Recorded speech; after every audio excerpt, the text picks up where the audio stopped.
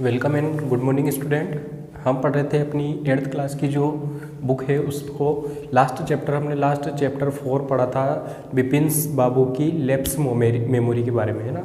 और उसके question answer हमने कर लिए। आई होप आप अच्छे से पढ़ रहे हैं और क्वेश्चन आंसर्स को कर रहे हैं, लर्न भी कर रहे हैं। जो वर्क आपको होमवर्क में दिया जाता है उसको कंप्लीट करते रहना, ठीक है। जब भी आपकी स्कूल शुरू होगी अपन होमवर्क चेक करेंगे और अपने नोट को कंप्लीट कराते रहना, ठीक है। और जो आपकी कमेंट सेक्शन में आपने अपने नाम नहीं डाले हैं वो अपने नाम डालते रहना ताकि आपकी प्रेजेंट भी लगती रहे।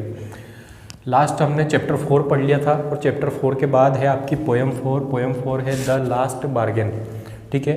बार्गेन का मतलब क्या होता है?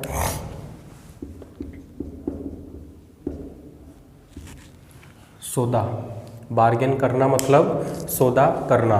सौदा करने से मतलब है कि अपन एक वस्तु के बदले दूसरी वस्तु देते हैं, बातचीत करते हैं, दो लोगों के बीच में बातचीत होती है। किसी भी चीज़ को लेने के लिए एक सौदा किया जाता है। अपन मार्केट भी जाते हैं तो मार्केट जाने के बाद जैसे कि किसी भी चीज़ को लेने के लिए अपन मार्केट गए, सपोज़ करो मम्मी अगर सब्जी मंडी गई है सब्जी लेने के लिए, तो वो क्या करेगी, जो भी सब्जी विक्रेता है जो सब्जी बेचता है उससे कहेगी कि ये क्या भाव दिया, वो क्या भाव दिया, फिर उससे समझौता करेगी कि तुम इतने में दे दो मैं इतना लूँगी, और फिर उसको पैसे देते हैं अपन।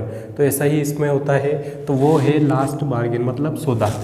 बार्गेन करना मतलब सौदा करना। तो किसी भी वस्तु के बदले दूसरी वस्तु देना, अपन सब्जी के बदले पैसे देंगे, तो ये होता है बार्गेनिंग करना मतलब सौदा करना, ठीक है। और जो तुम्हारी पोएम 4 है, ये पोएम 4 है द लास्ट बार्गेन, आखिरी सौदा,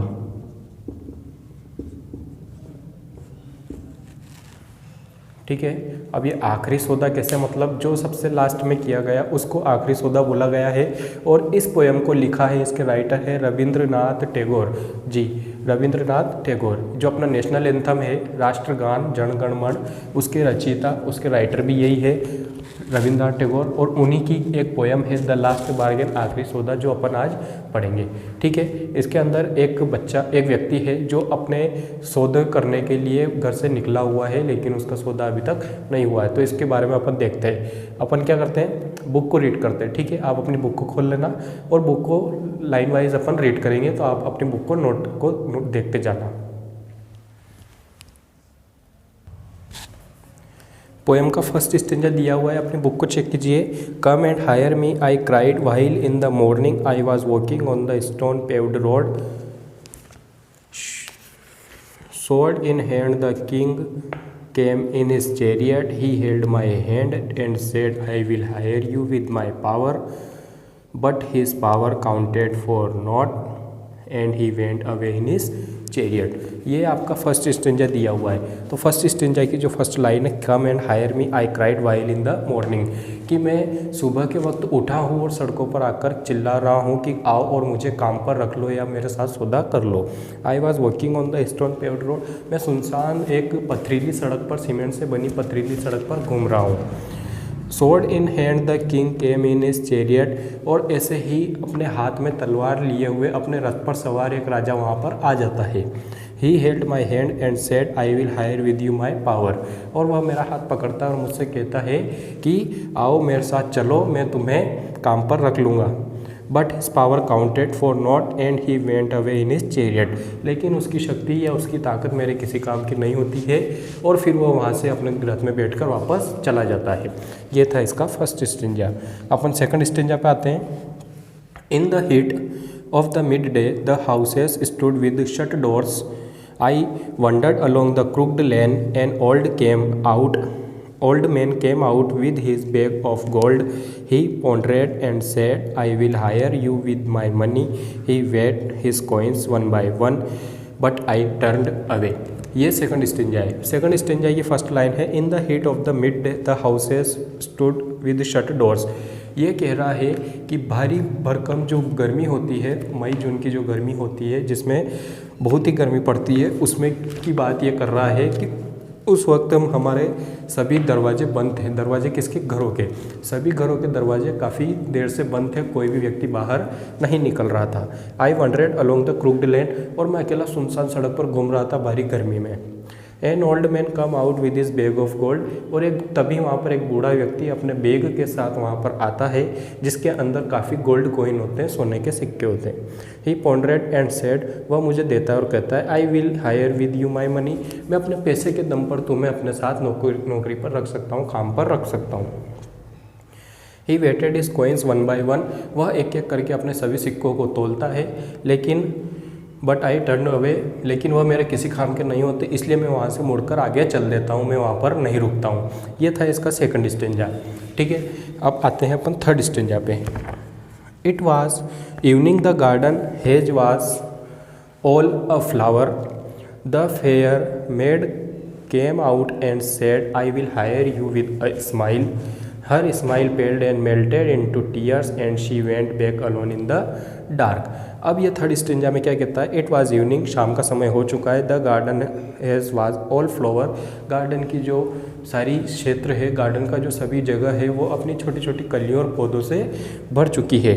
the fair made came out and said, और यहाँ पर एक अच्छी सी सुंदर सी लड़की आकर कहती है, I will hire you with a smile, मैं तुम्हें अपनी मुस्कान के प्रति आकर्षित कर कर तुम्हें काम पर रख लूँगी। Her smile पेल्ड and melted into tears, लेकिन उसकी स्माइल मेरे आंसुओं के समान थी, मुझे उससे कोई मतलब नहीं। And she went back alone in the dark, और फिर वह एक घने अंधेरे में जाकर खो जाती है।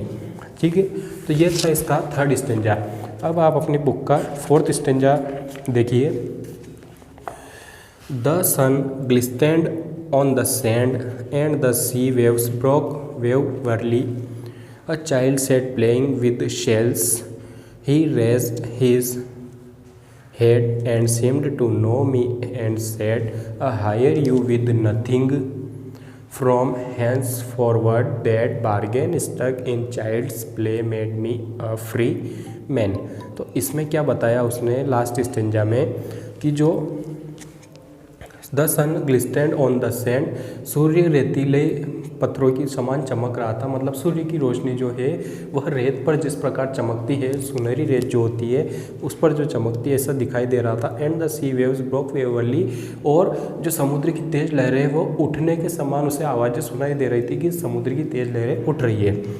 A child set playing with shells, और वो कहता है कि यहाँ पर जो बच्चे हैं वह अपने सूपियों के साथ खेल रहे हैं, शेल्स के साथ, उनकी खिलौनों के साथ वो खेल रहे हैं। He raised his head and seemed to know me and said, और उनमें से एक बच्चा मुझे मेरा हाथ पकड़कर खींचता है और मुझसे कहता है कि मैं तुम्हें जानता हूँ, तुम मेरे पास आओ।